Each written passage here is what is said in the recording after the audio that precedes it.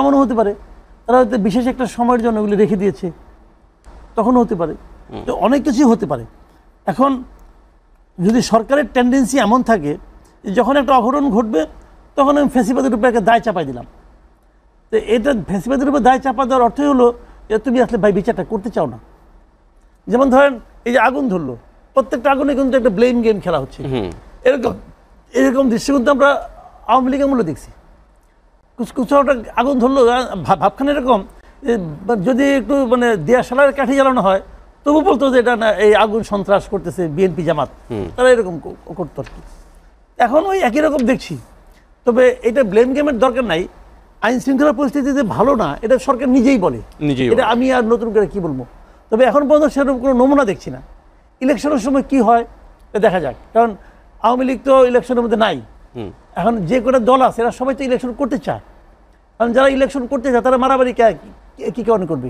এখন যদি মনে করেন জয় ছিনে আনার জন্য কেউ মারামারি করে সেটা এক কথা। এবং আমি যতটুকু শুনেছি যে আর্মি থাকবে, সেনাবাহিনী, ওরা মানে নিয়মিত 8 লক্ষ আইন শৃঙ্খলা বাহিনীর সদস্য, ওরা নিয়মিত বাহিনী হিসেবে থাকবে, মানে এটা স্ট্রাইকিং ফোর্স না।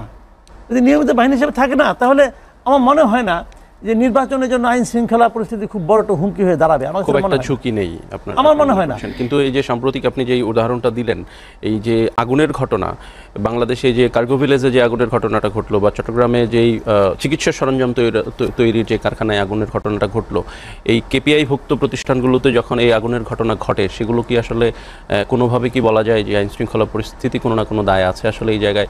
দেখেন, এটা যখন আপনি বলবেন তখন আপনাকে আগে তাহলে বোঝা যাবে যে আপনি আগে ধরে নিচ্ছেন এটা কেউ আগুনটা লাগিয়েছে। আপনি ধরবেন কিসের উপর নির্ভর করে সেটি তদন্তের আগে তো আসলে বলা যাবে না, কাজে এটা ধরা ঠিক হবে না। তবে বলবেন যে একই সঙ্গে পরপর 3টা অ্যাক্সিডেন্ট হয় কে 5 দিনের মাথায়, এটা কীভাবে হয় জানি না। তবে হতেও পারে, আবার নাও হতে পারে। তবে এই আগুনের ঘটনায় কিন্তু আমি সরকারকে দায়ী করবো যে তারা আগুন ধরতে পারে ভাই, কিন্তু আগুন ধরার পর সেটা সম্পূর্ণ পুরে ভস্মীভূত হওয়ার আগ পর্যন্ত আপনি নিভাইতে পারেন না। এটা হলো আপনার যোগ্যতা।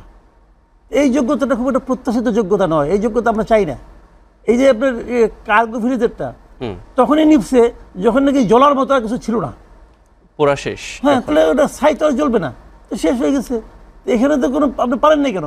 তাহলে এত টাকা দিয়ে এগুলি এরাই খাবার লাভ কি হলো? চট্টগ্রামেরটাও 17 ঘন্টা লেগেছে। তো এগুলি ঠিক না। এগুলি মানে আমরা শুনছি কার্গো ভিলেজ এটা নাকি আরও আগেই নেভানো যেত, কিন্তু অনুমতি পাওয়া যায় নাই।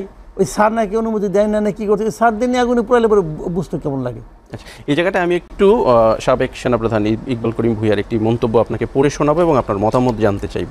উনি বলছেন যে অন্তর্বর্তী সরকারের অদক্ষতা, আইন শৃঙ্খলা অবনতির কারণে অথবা ছাত্রদের চাপের মুখে সংস্কার মিশনে হাত দিলে নির্বাচন না হয়ে অন্তর্বর্তী সরকার ক্ষমতায় থাকবে, তখন দুর্বল মন্ত্রীরা বদলাবে এবং ডক্টর ইউনূসকে প্রেসিডেন্ট করে ঐক্যমত্যের জাতীয় সরকার গঠিত হবে। অর্থাৎ এই যে আইন শৃঙ্খলা অদক্ষতার কারণে আইন শৃঙ্খলার অবনতি হবে, এরকম একজন সাবেক সেনাপ্রধান, ওনার আইন শৃঙ্খলা এখানে অনেকগুলি সম্ভাবনার কথা শুনছি আমি, অনেকগুলি বলছেন আপনি, আমি সবগুলো আসলে মনে রাখতে পারছিলাম না।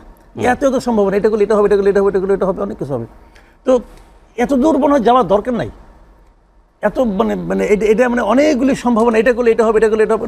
আর্মি পার্সন তো এই একটা আক্রমণ যখন করেন, একটা প্ল্যান যখন করেন, তখন কিন্তু অনেকগুলো অপশন রাখেন। যদি অন্য কেউ চালায়, সেই মানে কেন চালায়, তাকে কেন চালাতে দেওয়া হয়, এটা তো একটা কারণ থাকতে পারে। হয়তো উনি পার্সোনালিটির দিক দিয়ে স্বরাষ্ট্র উপদেষ্টার চেয়েও মানে বেটার কেউ হতে পারে, আমি জানি না। জুলকারনাইন সাহেব তার নাম বলে না কেন। দেখেন, সম্ভব অসম্ভব অনেক কিছু আছে। পুলিশের মনোবল ভেঙে পড়ছে, এটা সরকার বলতেছে, এটা সরকারের বলা উচিত না। যখন সরকার নিজেই বলে যে পুলিশের মনোবল ভেঙে পড়ছে, তখন আমার মানে ফলোয়িং কোশ্চেনটা হয়, এই মনোবল ফিরিয়ে আনার জন্য আপনি কী করছেন?